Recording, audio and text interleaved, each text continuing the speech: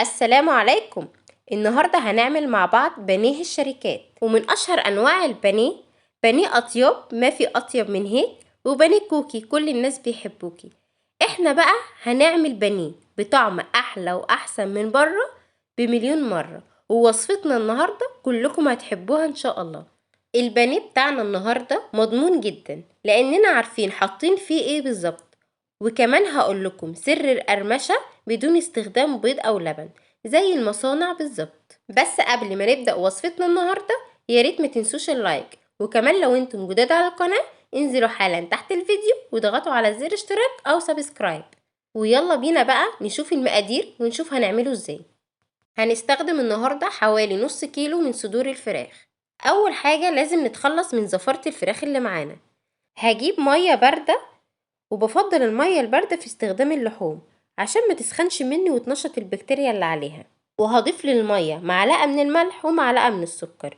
معلقة من الملح عشان الملح بيعمل كمادة حافظة، ومعلقة من السكر عشان بيخلي البانيه بتاعي يستوي معايا كده بسرعة ويبقى جميل. وهعصر على المية دي ليمونة كبيرة، وهقطع القشر بتاعها حلقات كده وهحطها في المية برضو علشان تشيل لي اي زفارة في الفراخ. وندوب بقى كل الحاجات اللي احنا حطيناها دي مع بعض، اللي هو السكر والملح والليمون، وبعدين هنزل عليها بالفراخ بتاعتنا، وهسيب الفراخ في المية على الأقل لمدة ساعة.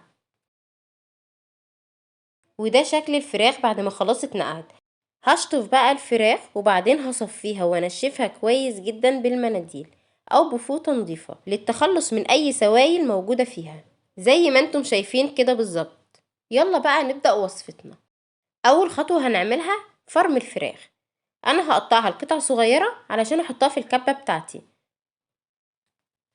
ويفضل في عمل البانيه عدم استخدام وراك الفراخ، مش هتدي لا نفس الطعم ولا نفس النتيجة، لان البانيه بنستخدم له الصدور بس بتكون كده ناشفة وجميلة. ودلوقتي هنفرم الفراخ فرم ناعم جدا زي ما انتم شايفين كده بالظبط. وده شكل الفراخ بعد ما خلاص اتفرمت. ودلوقتي هنضيف البهارات بتاعتنا. معانا معلقة صغيرة من المرقة الفورية وهي بتيجي سايبة من عند العطار، وكمان نص معلقة صغيرة من الملح، ومعلقة صغيرة من بهارات الفراخ وهي عبارة عن 7 بهارات وبصل بودرة وتوم بودرة ورشة قرفة. وهستخدم معلقة صغيرة من البيكنج باودر، وبلاش تبدليها بكربوناتو علشان هتخلي البانيه بتاعنا ناشف. ومعلقة صغيرة من اللبن البودر. السر كله هنا في اللبن البودر، بيدي تيست وطعم عالي جدا وهيخلي البانيه بتاعنا احلى من الجاهز بمليون مرة.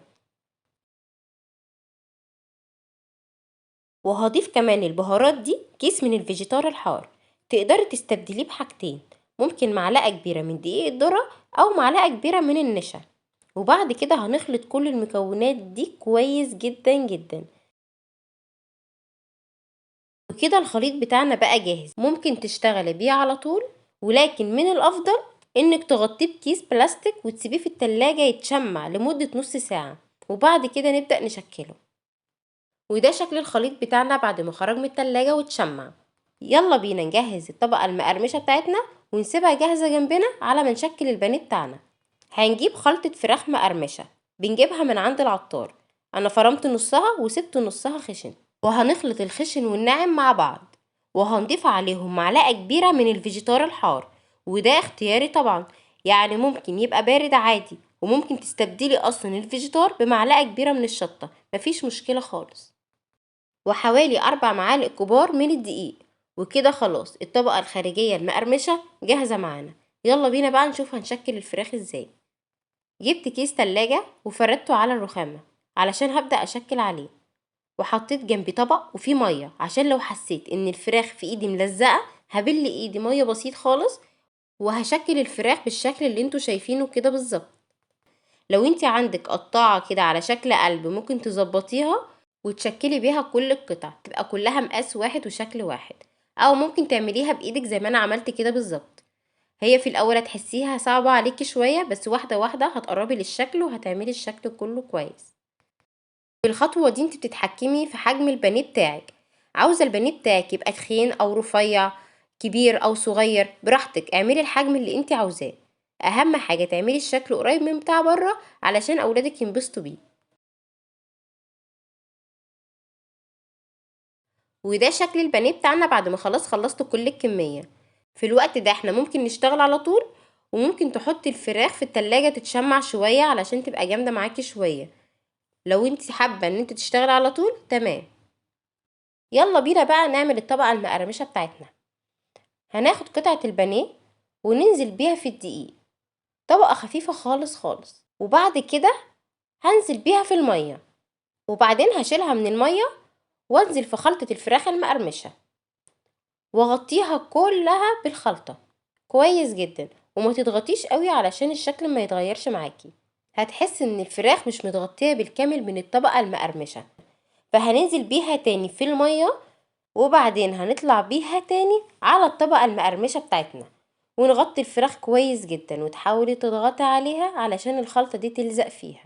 في الخطوة دي انت ممكن تستخدمي بيض وتحطي عليه حبة فلفل اسود صغيرين بدل المية، بس انا بعملها على الطريقة بتاعت بره بالظبط.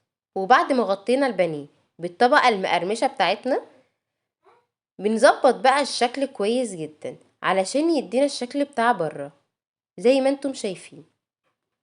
هسيب لكم كل المقادير بالتفصيل في صندوق الوصف، وهكرر العملية دي لحد ما اخلص كل الكمية. هحطها الاول في الدقيق، وبعدين هخرجها من الدقيق احطها في المية او البيض زي ما انتم حابين، وبعدين هطلعها احطها في الطبقة المقرمشة اللي احنا عاملينها، وبعدين هنزل بيها تاني في المية، وبعدين انزلها تاني في الطبقة المقرمشة لحد ما تدينا الشكل اللي احنا عاوزينه. طريقة البانيه دي حلوة جدا، وانا واثقة انها تعجبك. طعم جنان وقرمشة خطيرة وكمان موفرة جدا. شوفي بصدر فرخة انا عملت كمية قد ايه، وكمان انت ممكن تعملي كمية اكبر من دي لو قللت السمك شوية. شوفي لو اشتريتي بقى الكمية دي من بره هتبقى بكام، وهي اصلا كلفتك كام. هتلاقي ان الفرق في السعر كبير جدا. وده شكل البانيه بعد ما خلصنا كل الكمية بتاعتنا. شوفوا شكله عامل زي بتاع بره ازاي، بجد حلو جدا. يلا بينا نشوف هنحمر البانيه ازاي. لو انت حابة تحمريه على طول مفيش مشكلة، لو انت عاوزة تحطيه في الفريزر شوية ان هو يبقى الطبقة تبقى متماسكة اكتر برضو مفيش مشكلة. في جميع الحالات الطبقة مش هتفك لان احنا عاملين الخلطة بطريقة مظبوطة. هنحمر البانيه في زيت غزير، ولازم الزيت يكون ساخن عشان لو حطيناه في زيت بارد هيشرب زيت كتير. وبعدين تخلي النار وسط، هيتحمر ويبقى تحفة، مستوي جدا من جوه ومقرمش جدا من بره. يلا جربي البانيه في البيت وقولولي رأيك ايه في الكومنتات. اهم حاجة تمشي على المقادير مظبوط. يلا اعملي لايك للفيديو واشتراك للقناة وفعلي زر الجرس علشان يوصلك كل جديد. وده شكل البانيه بتاعنا بعد ما خلصناه. هنقدمه بقى مع الكاتشب والبطاطس المقرمشة. بجد حلو جدا جدا، وقرمشة خطيرة مفيش زيها، وكمان مستوي جدا جدا من جوه. شوفي عامل ازاي. لو انتي حبيتي تقللي السمك شوية في ايدك انك تتحكمي فيه، بس انا بحبه كده. ودلوقتي هقولك ازاي نفرز البانيه. هنجيب علبة واحط جواها كيس، وهبدأ ارص البانيه جنب بعضه، وبعدين هتني الكيس ده وهحط البانيه على الطبقة اللي فوق من الكيس، وهقفل العلبة وعينه في الفريزر. وقت ما احتاجه البانيه هيكون جاهز معايا يدوب على التحمير على طول.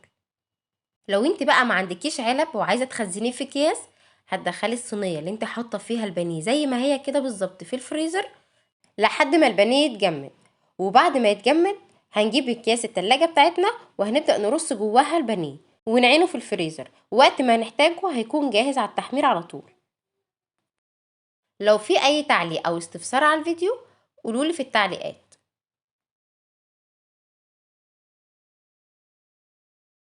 وبكده تكون وصفتنا النهاردة خلصت. اتمنى من كل قلبي انها تكون عجبتكم. يلا دوس لايك وشير، وهستنى رأيكم في الكومنتات.